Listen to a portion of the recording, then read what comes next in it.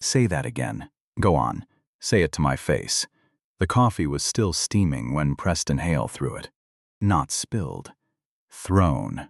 A full mug of black coffee arced across the marble reception floor and hit the woman kneeling there square in the chest, soaking through the gray uniform shirt, stitched with the name Ruth in red thread.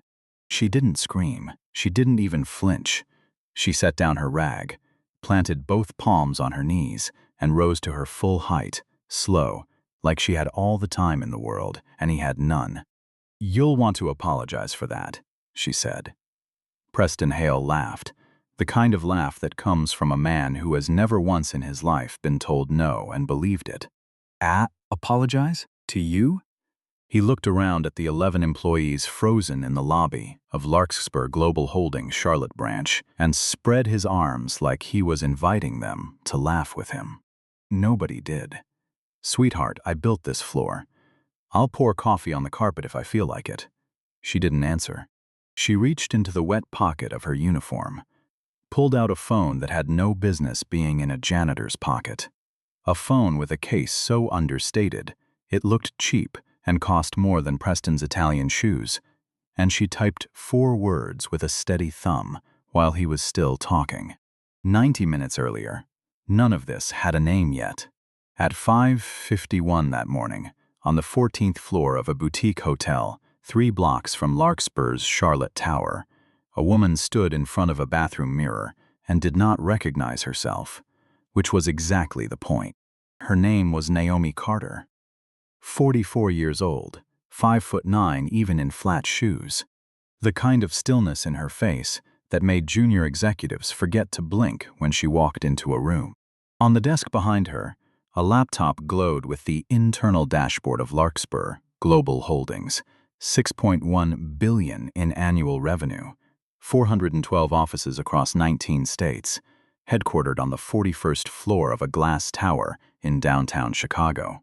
The company photo on that dashboard showed a woman with a close natural crop, tortoise shell glasses, and a charcoal Dior blazer.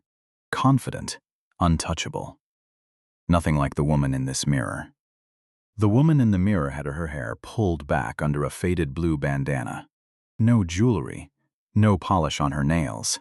Drugstore reading glasses from a CVS on Independence Boulevard perched crooked on her nose. A gray uniform shirt, one size too big, with the name Ruth stitched crooked over the pocket, because the temp agency had misspelled it and nobody had bothered to fix it, and that felt right somehow. Nobody bothers to get the details right for a name like that. She studied her own reflection for a long moment. "My mother used to say, the world has a talent for not seeing women who look like us," she thought. Today, she was counting on it. 19 days earlier, 4 anonymous complaints had landed in the compliance inbox of Larkspur Chicago headquarters, all from employees at the Charlotte office, all describing the same man. Discriminatory terminations. Slurs muttered in the break room and laughed off as jokes. 2 employees of color fired for attendance infractions in the same quarter that 3 white colleagues with worse records were promoted. The regional director in question was named Preston Hale, 43 years old. The highest closing numbers in the company for 7 straight quarters, a corner office with a view of the skyline, and a personnel file with not one single formal write-up in it. Naomi did not trust personnel files. She had learned that lesson at 26, cleaning offices at night to pay her way through business school, watching men exactly like Preston Hale smile for cameras during the day and say things in empty hallways after dark that never made it into any file at all. She had called her chief of staff the night before. "Vivian, when is the last time anyone in that branch actually laid eyes on me?" "Before the rebrand, ma'am. Before you cut your hair. Before the magazine covers. Call it 6 years. And turnover since then? 78% new hires in that office alone." Naomi had almost smiled. "So nobody down there would know my face if I mopped their floor. Ma'am, someone could still recognize you. There's a study out of Northwestern. People's eyes pass over a service worker's face in under 3 seconds before the brain even registers it as a face worth remembering. Your own CEO could scrub your baseboards and you'd walk right past her. She had said it lightly. She did not feel light saying it. The plan had 2 phases. Phase 1 was already in motion. Vivian Cross, 2 senior vice presidents, Larkspur's chief legal officer Marcus Webb, and a 3-person HR investigations team had checked into the Dornoch Hotel 4 blocks from the Charlotte Tower the night before, posing as an out-of-town audit team. Termination paperwork was pre-drafted. Naomi's signature was ready to be applied the second she gave the word. Phase 2 would only begin with a single phone call. Until then, she was alone in that building, and she intended to stay that way. At 6'4", she zipped the uniform shirt to her collarbone and pushed the crooked CVS glasses up her nose. In the elevator down, 2 men in suits stepped in at the 8th floor. One of them held a folded copy of a business magazine. The cover a glossy photograph of Naomi Carter under the headline, "The Quiet Architect." He glanced at the cover. He glanced at the janitor beside him. He went back to his phone. She watched his reflection in the brushed steel doors. He never looked twice. The lobby of Larkspur's Charlotte office was travertine and glass, 2 espresso machines hissing, a receptionist in a Bluetooth earpiece, whose heels clicked like a metronome. Naomi wheeled her cart through the front doors at 6:31. The security guard barely glanced at her temp badge. He waved her through with the flat of his hand, the exact gesture you use to wave off a fly. She rolled her cart past a wall of framed headshots labeled Leadership Team, and there, 3rd row, was her own face, gold-rimmed glasses, close crop, the caption beneath it reading Naomi Carter, Founder and Chief Executive Officer.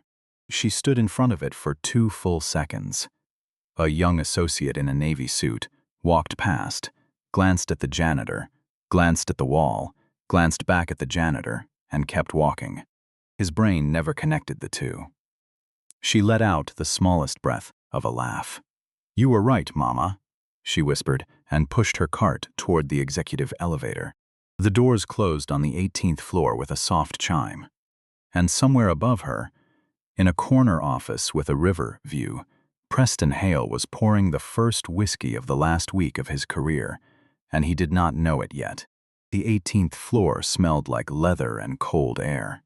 Naomi mopped in slow, unhurried circles near the reception desk, eyes down, ears open.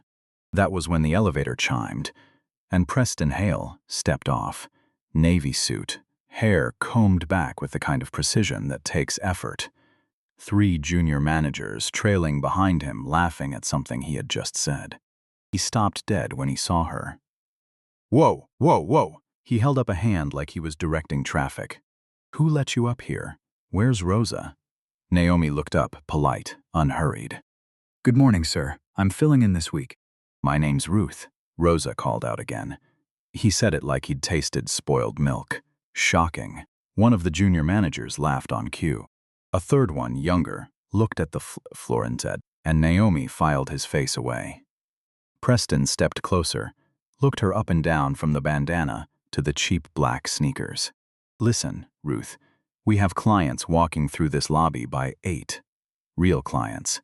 I don't want to see a mop, a bucket, or you anywhere near this floor after 7:45. Are we clear?" "Yes, sir," he mimicked her, sing-song, mocking. "Yes, sir," then, loud enough for the whole corridor to hear, as he walked away. You'd think the agency could send someone a little more presentable. 2 of the managers laughed. The 3rd one didn't. Naomi wrote his name down in her memory, next to a small mental check mark. By 9 that morning, she had logged 6 separate incidents without writing a single word on paper, because she didn't need to.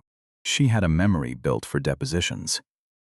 She watched Preston snap at a black financial analyst named Jasmine Cole for not smiling warmly enough during a quarterly review. She watched him tell a Latino systems technician named Marco Reyes to speak English in his own break room. "This isn't a soccer match."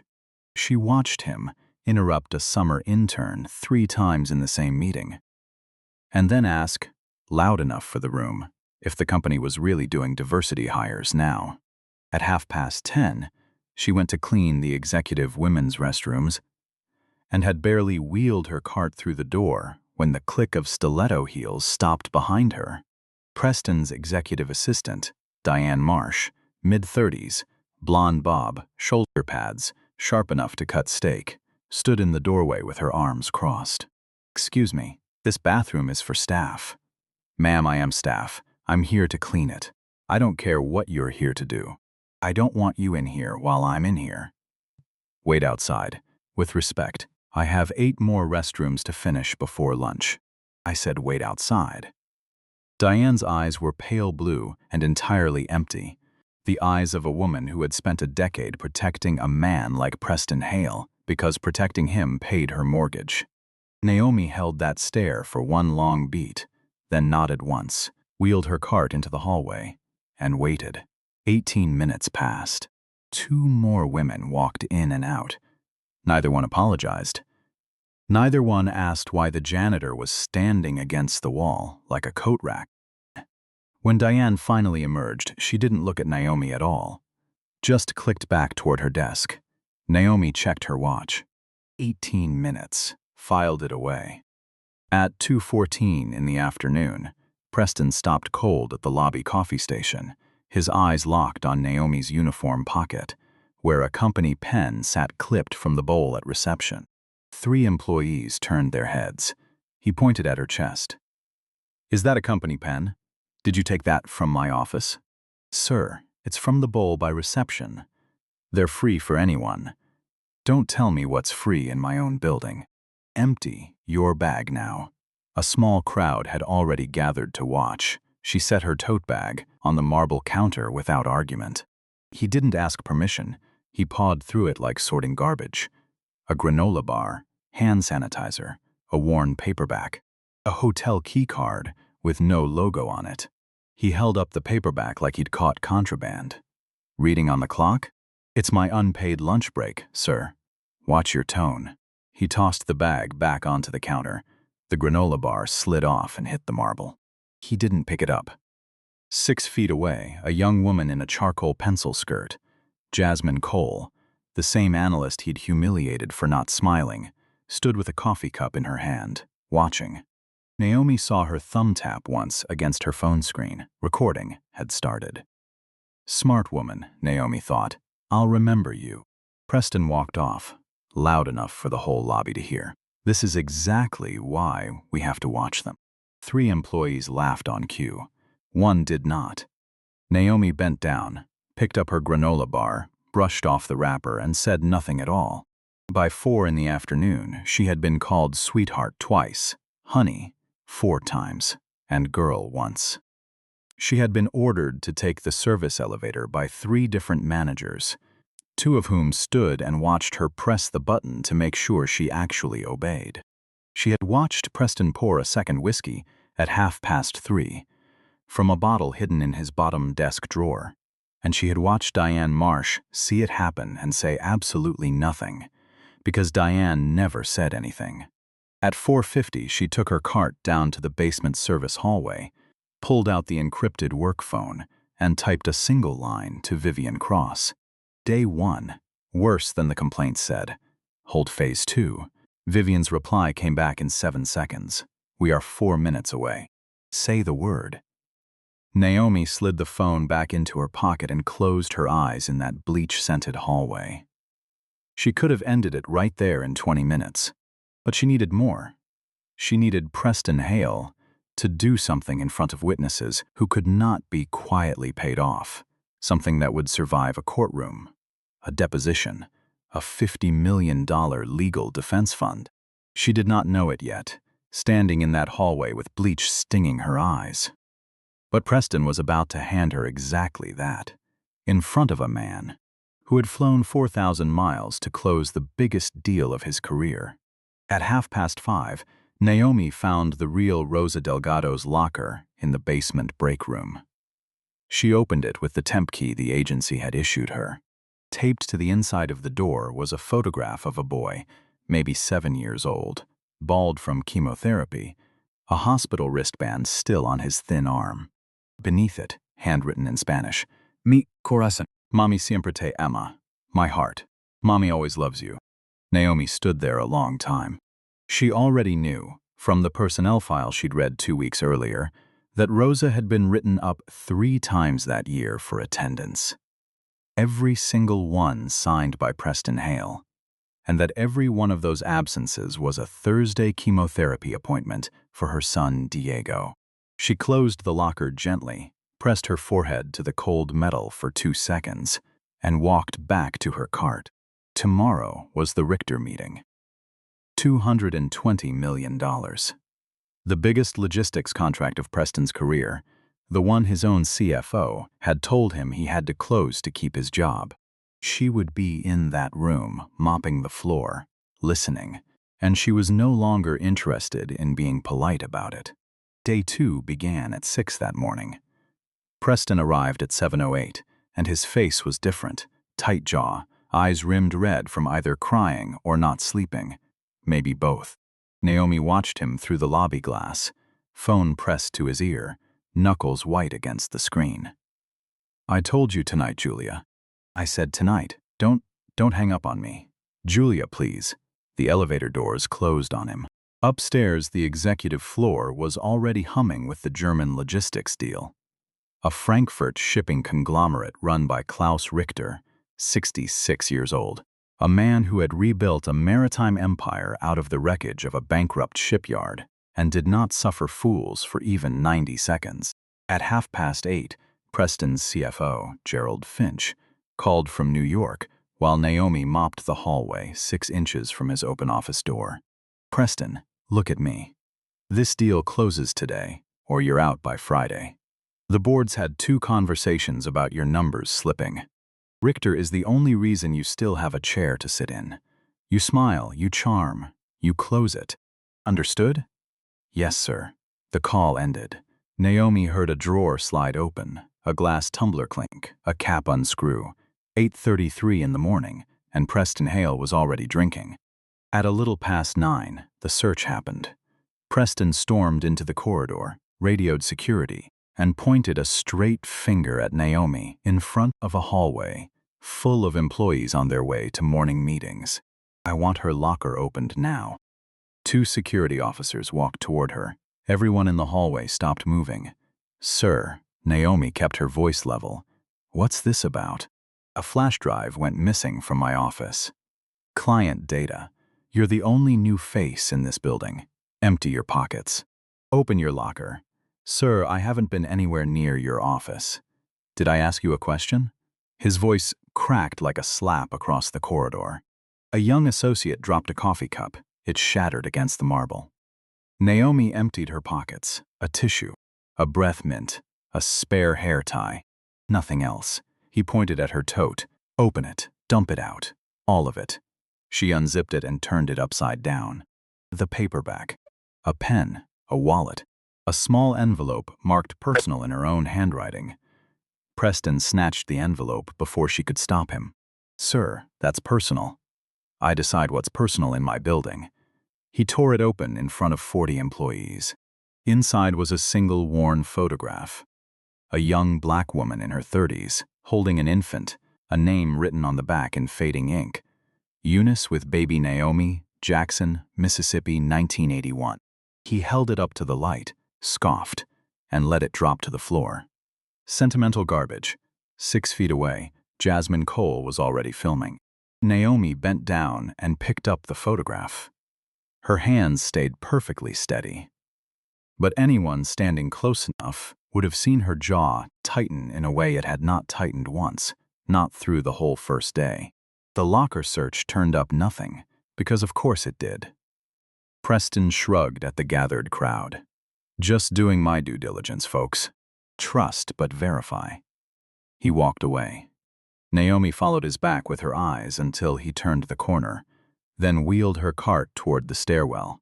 3 flights down, in the women's service restroom on the sublevel, she locked the stall door behind her. And for the first time in 12 years, Naomi Carter began to shake. Her hands trembled against the cold porcelain sink. Her shoulders shook once, twice. She pressed both palms flat against the mirror and exhaled a breath that came from somewhere far below her ribs. She thought about the photograph hitting the marble floor. She thought about the word sentimental, spoken the way you'd spit out a slur. She pulled out her personal phone, not the work one, and called Jackson. 2 rings, a voice soft and smoky, 79 years old. "Hey baby, you all right? Mama, I'm in Charlotte. That thing I told you about." A long pause on the line. "They treating you the way they used to treat me, baby?" "Worse, Mama, worse than that." Her mother drew a slow breath, the kind of breath that had survived Jackson in the 60s, a husband buried too young, and 40 years of some scrubbing floors for men who never once learned her name. "You listen to me, Naomi Carter. I mopped floors for 30 years, so you would never have to mop a single one. And today you put that uniform on purpose. You walked back into that building on purpose, because somebody else's child is being treated the way I was treated. You hear me? Yes, Mama, that's why I'm proud of you. That's exactly why. Now you wipe your face, you stand up straight, and you go do what only you can do." Naomi washed her face in cold water, straightened the crooked glasses, and rode the elevator back up to the 18th floor. At 10:30, Preston walked into the main conference room with a second whiskey disguised inside a coffee mug. The German delegation was already seated, 6 executives in dark wool suits, and at the head of the table, Klaus Richter, silver-haired, ice-blue eyes, the kind of man who had spent decades learning exactly how much patience a bad deal deserved. Naomi wiped down the credenza in the corner, slow circles, eyes down. Preston launched into his pitch. Slides, projections, talking points he'd clearly rehearsed in a mirror. Halfway through, Richter raised one hand and stopped him cold. "Mr. Hale, explain the Charlotte port routing on slide 3. Your cost figures do not match my own numbers." Preston froze. He hadn't reviewed slide 3 in 2 weeks. That's based on, Silence stretched across the room. Richter turned his head slowly, and his sharp eyes landed on Naomi. "Excuse me, miss. You've been cleaning this room for 40 minutes. May I ask you something?" Naomi looked up, soft, unbothered. "Yes, sir. In Germany, we have a saying. The people who clean the room hear the most important conversations. Have you heard anyone discuss the port routing this morning?" A small, knowing smile crossed the old man's face. It wasn't a question for the janitor. It was a test for Preston. Naomi kept her face perfectly still. "I just clean, sir. I don't listen." Richter laughed, warm and surprised. "Smart woman. Mr. Hale, your cleaning lady has more composure than your slide deck." 2 of the German executives chuckled. Preston's face went red, then white, then a deeper red, watching a $220 million deal slip away in real time to a 66-year-old man who was paying more attention to a janitor than to him. His wife was leaving him, his CFO was going to fire him by Friday, and now this. Something behind his eyes finally gave. He reached for the silver pitcher of ice water at the center of the conference table. Slow, deliberate, like he was lifting a trophy. He crossed the 6 steps to where Naomi knelt at the credenza, and he smiled wide enough to show his back teeth. "Speaking of cleaning, sweetheart. Looks like you missed a spot." He tipped the pitcher. Ice water cascaded down the front of her gray uniform, cubes skittering across the carpet, the red name Ruth going dark and wet against her chest. Richter shot to his feet so fast his chair tipped backward. "Mr. Hale, what in God's name are you doing?" Preston laughed, high and unsteady. "Relax, it's a joke. She's the help. She's used to it." Nobody else laughed. Jasmine Cole, standing in the doorway, had her phone raised, recording, steady, unblinking. Naomi stayed on her knees for one long second, water dripping off her chin onto the carpet.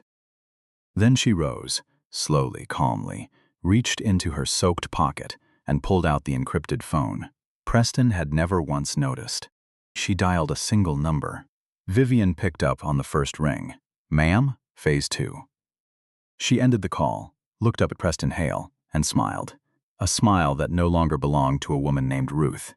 Preston laughed again, smaller this time. What? Who was that? The temp agency? They can't do anything to you, sweetheart. She didn't answer. She just stood there, dripping, calm, watching him the way you watch someone who is about to lose something they haven't figured out they're losing yet. And then every phone in the room buzzed at once. 6 German executives reached for their pockets simultaneously. Preston's own phone lit up against the polished wood. Diane Marsh's smartwatch flashed on her wrist outside in the hallway. The projection screen on the wall flickered and displayed a single company-wide alert. Emergency acute order. All hands, conference room A, office of the CEO. Preston's smirk wavered. What is this? Diane appeared in the doorway, staring at her phone like it had bitten her.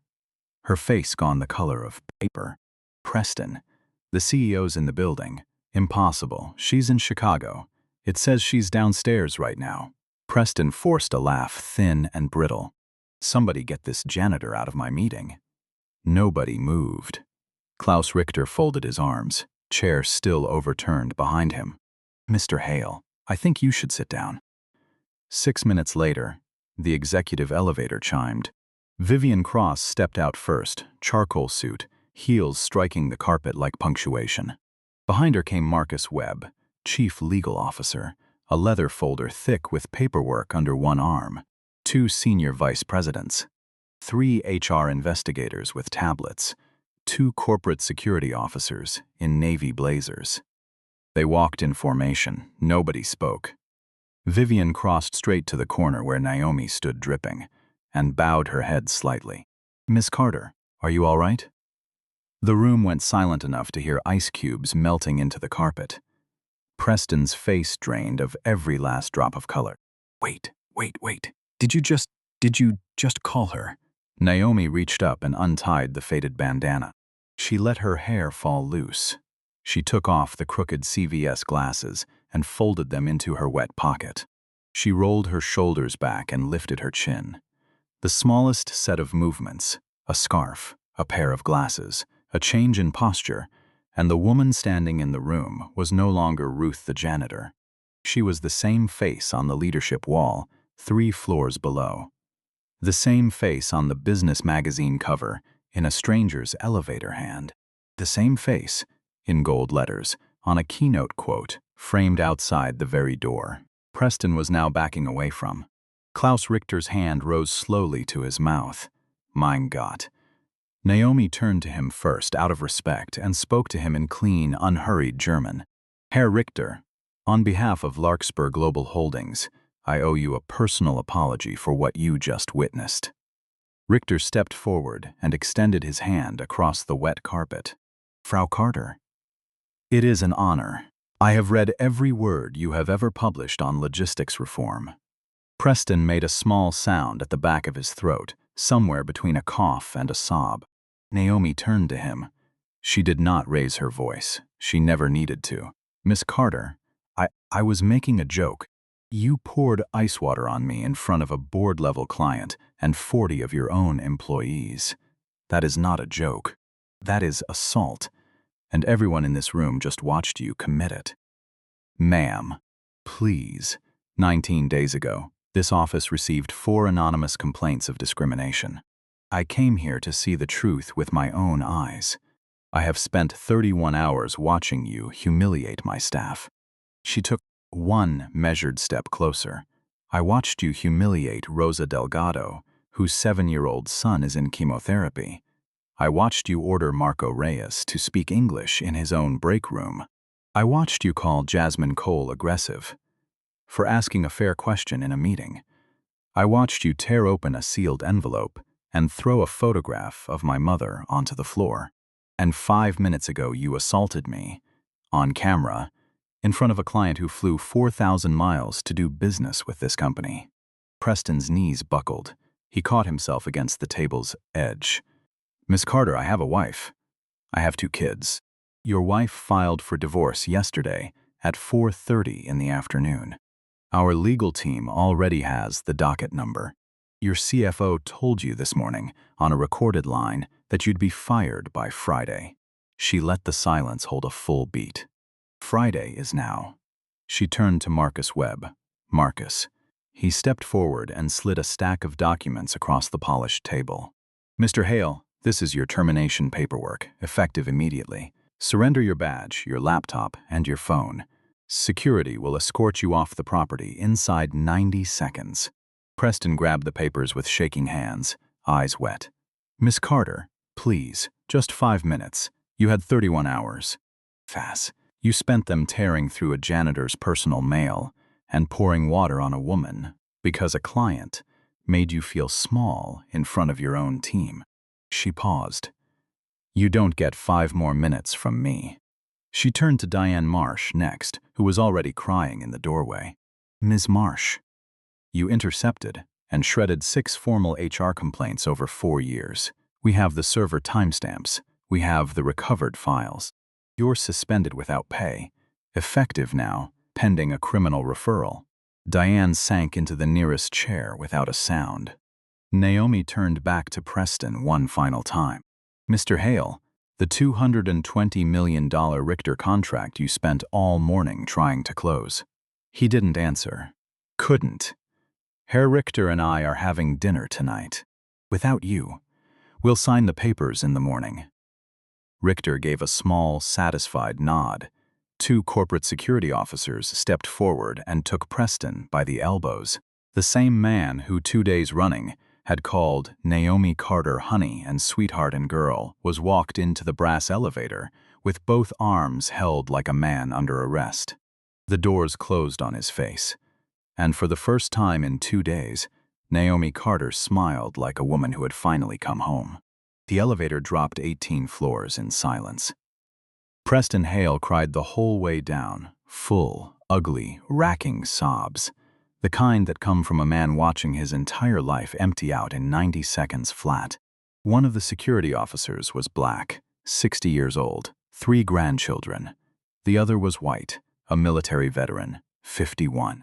Neither one offered him a tissue. The doors opened onto the same lobby where, 18 hours earlier, he had waved a janitor off like a fly. Every employee in that lobby was watching now. Phones were already up. Word had traveled through the building faster than the elevator had traveled down it. Diane Marsh was walked out through a side corridor by a separate officer. And as their paths crossed near the espresso machines, Preston opened his mouth to say something to her. She turned her face away. 10 years of loyalty, 6 shredded complaints, 1 single look. That was the entire goodbye. Security walked him out the front doors, not the service exit. The front, in full view of the street. On the curb, in the flat gray light of a Charlotte morning, his hands were free for the first time in 2 days. Mr. Hale, you are not to return to this property. Any attempt to re-enter will be treated as criminal trespass. He turned and looked back through the glass. 3 floors up, he could still see Naomi Carter standing on the executive level, still in her soaked gray uniform. The German delegation gathered around her, smiling. Richter had one hand resting on her shoulder. Preston pressed his palm flat against the glass from the outside. Miss Carter, I'm sorry. I'm so sorry. She never heard him. She never needed it. He sank down onto the curb in a $4,000 suit, 43 years old, a wife already changing the locks, a career finished, 2 children who would watch the video before bedtime. A young black woman walked past him with her morning coffee. Jasmine Cole, the analyst he'd called aggressive 2 weeks before. She didn't slow down. She didn't look at him at all. She just kept walking into the building where her whole future was about to change. The investigation lasted 31 days. Outside counsel from a top Charlotte litigation firm combed through 4 years of emails, Slack messages, termination files, and every locker search Preston Hale had ever ordered. What they found was worse than anyone in Chicago had expected. He had personally signed off on the unjust termination of 11 employees of color over 4 years. Rosa Delgado, Marco Reyes, 2 black warehouse workers at the regional distribution center, 3 Latina administrative staff, and a quiet accountant whose name he'd never once bothered to learn correctly in 18 months. Every one of them had been replaced by a white candidate with weaker credentials on paper. The pay equity audit was uglier still. Employees of color in the Charlotte office had been earning, on average, 26% less than white peers in identical roles. A pattern documented, in Preston's own handwriting, across dozens of approval emails. And the most damning discovery of all came off Diane Marsh's hard drive. 6 full HR complaint files, received, opened, and deleted within 24 hours. Each one naming Preston Hale, each one naming a different victim, going back 4 years. Larkspur's headquarters released a public statement on day 5, signed personally by Naomi Carter. Larkspur Global Holdings condemns without qualification the conduct of former regional director Preston Hale. We are pursuing every available legal remedy on behalf of every employee affected, and reforming our complaint intake process, pay equity protocols, and executive accountability standards effective immediately. Jasmine Cole's video, meanwhile, had done something nobody in Chicago could have predicted. She posted the clip on a Friday night. By Sunday morning, it had 31 million views. By the following Friday, it had aired on every major national news broadcast, and a late-night comedy program had looped Preston's line, "She's the help, she's used to it," over and over beneath a caption that simply read, "She owned the building." Naomi gave exactly one interview. She sat perfectly still, and she did not raise her voice once. "This isn't a story about one man," she said. "Preston Hale is a symptom. The disease is the assumption that the people who clean your floors could never be the ones who decide your future. That's the assumption we're dismantling." The civil trial ran 17 weeks. Preston was sued by 6 former employees, with Naomi joined as a co-plaintiff for the assault itself. Rosa Delgado sat in the front row every single day with her son Diego beside her, 2 weeks past his final round of chemotherapy, a Spider-Man cap pulled over the hair that hadn't fully grown back yet. Preston's defense attorney tried to call the water-pouring incident workplace horseplay, taken out of context. The judge allowed Jasmine's video to be played in full, 3 separate times. The jury did not blink. Klaus Richter flew in from Frankfurt to testify. Mr. Hale did not pour water on a janitor. He told the courtroom, in English precise enough to cut glass. He poured water on a human being, believing she could not fight back. In my country, we say a man's true character is measured exactly there. At the moment, he believes no one important is watching. Mr. Hale's character was measured that day, and it was found to be very small. The jury deliberated 6 hours. The verdict, $18,400,000 in damages. Preston lost the house in Myers Park, his retirement accounts, and his professional license to ever hold a management or human resources position again, anywhere, for the rest of his life. The criminal case followed 2 months later. The Mecklenburg County District Attorney charged him with misdemeanor assault, upgraded to a felony count once the pattern of retaliation came to light. Too many witnesses. Too much video. His own lawyer told him to plead no contest. 90 days in the county detention center, a permanent criminal record, 3 years of supervised probation, and mandatory anti-bias training he was ordered to complete twice, because the judge did not believe once would take. Diane Marsh pleaded guilty to obstruction and evidence tampering. 18 months probation, 500 hours of community service.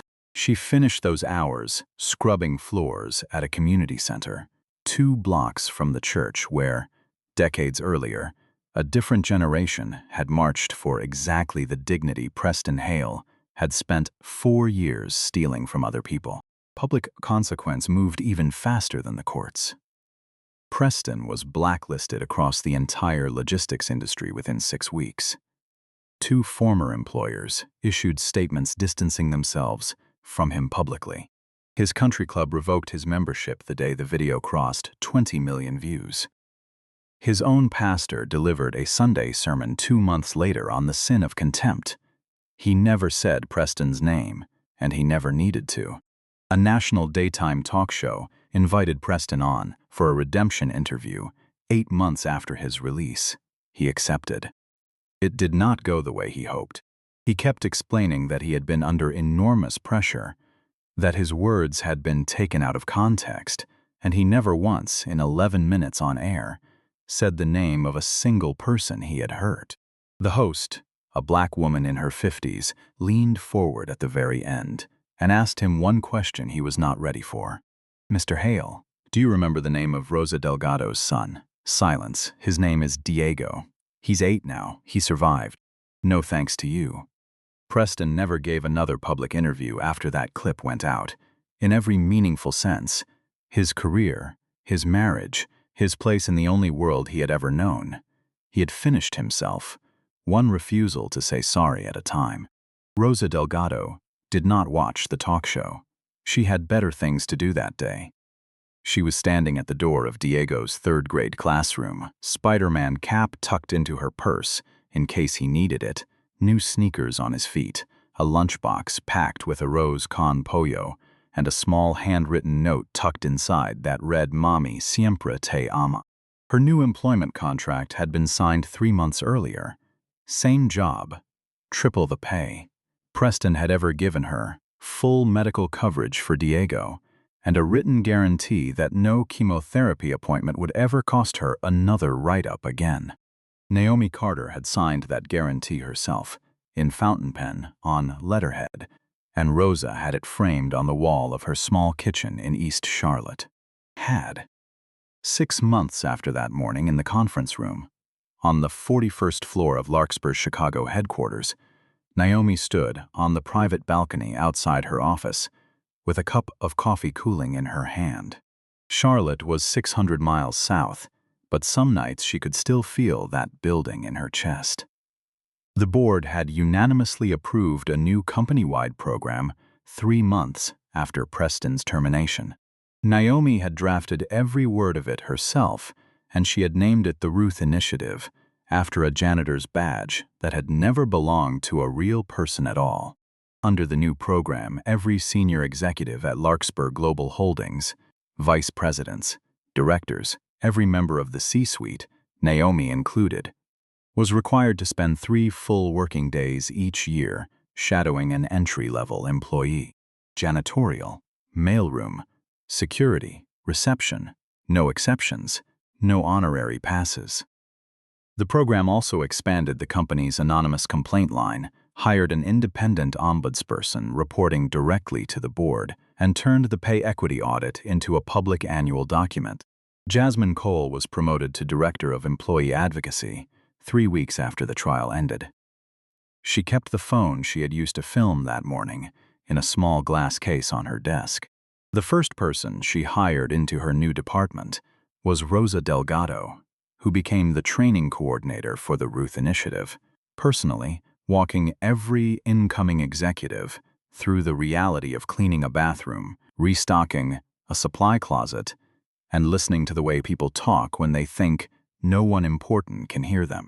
She kept a small framed photo of Diego on her desk, and she made every single executive look at it before their first shadow shift began. Marco Reyes was promoted to lead systems engineer for the entire Southeast region, with 3 years of back pay finally deposited into his account. He hung a small flag on his cubicle wall. Nobody said a word about it, because nobody dared to anymore. As for Preston Hale, the last anyone heard, he was working overnight shifts at a logistics warehouse outside a small town in Tennessee, under a different company, a different name badge, earning less in a year than his old monthly bonus had once paid him. He never spoke publicly again. Back on that 41st floor balcony, Naomi took a slow sip of her coffee. The sun was dropping behind the skyline, turning the city gold and slate blue.